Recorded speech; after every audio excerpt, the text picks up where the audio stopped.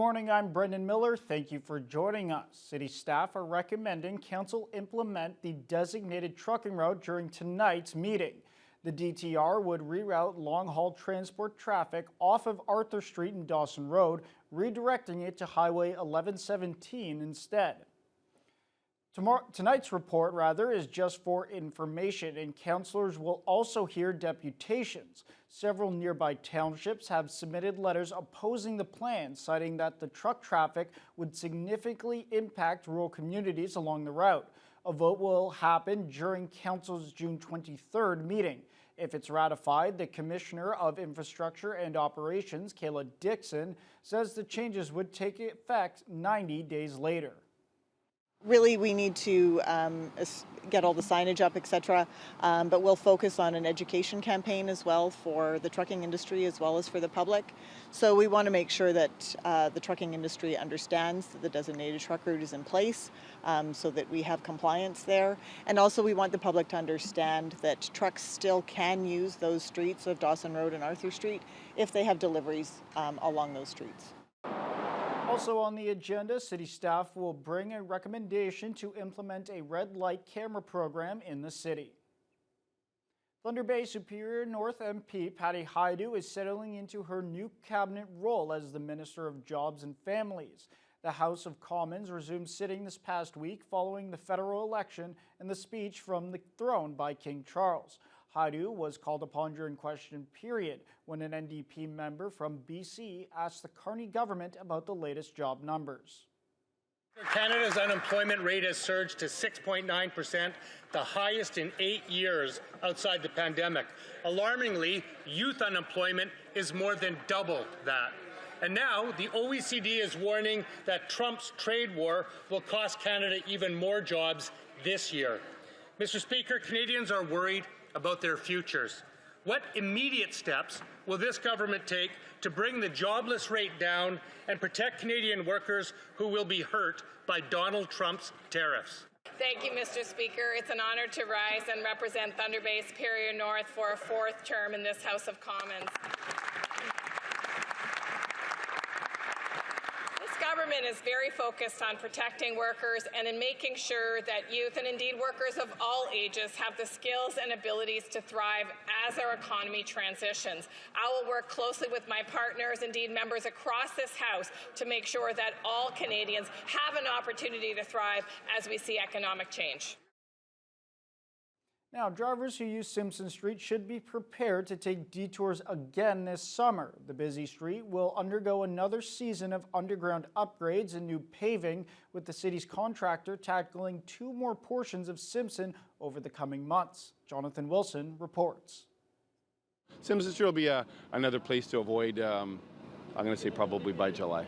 City project engineer Brian Newman says just like last year, Simpson Street will be completely shut down to vehicles starting in the next few weeks. The $3 million infrastructure and repaving project began in August of last year. The construction crews worked steadily to get most of it done before the winter snow arrived, but there are still 2 more portions to be done.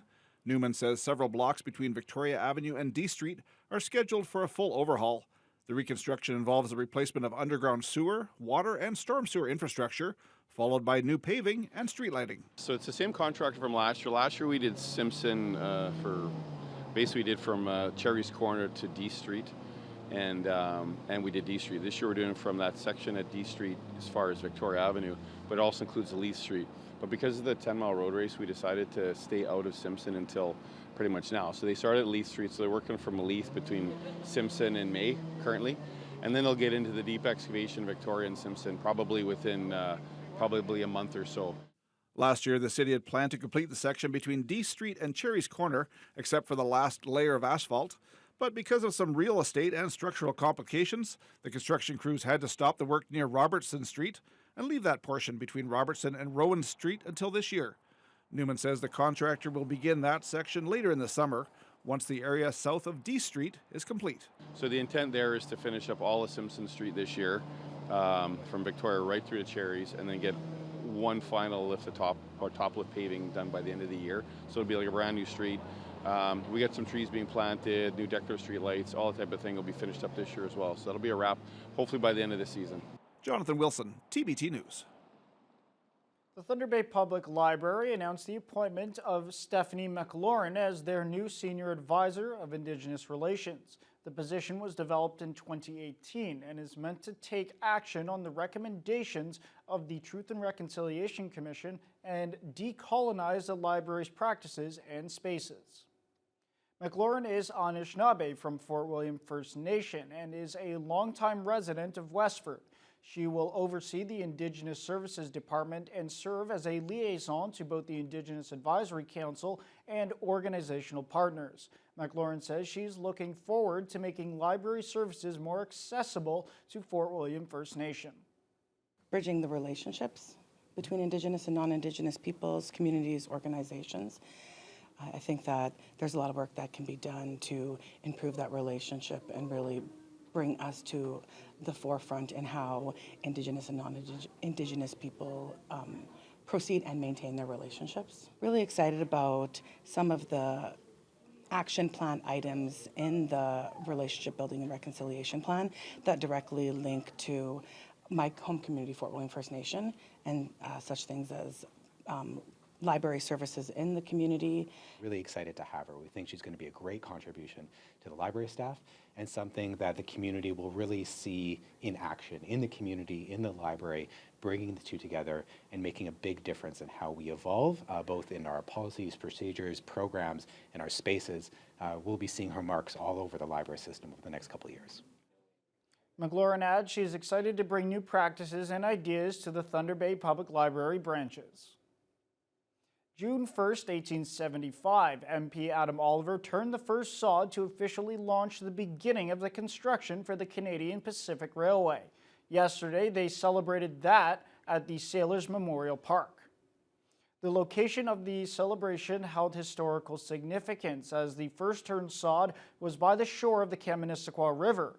Volunteers reenacted the ceremony with the original speeches. Reenactment coordinator Stephen Huzon says the reenactment recognizes an important day in Canadian history.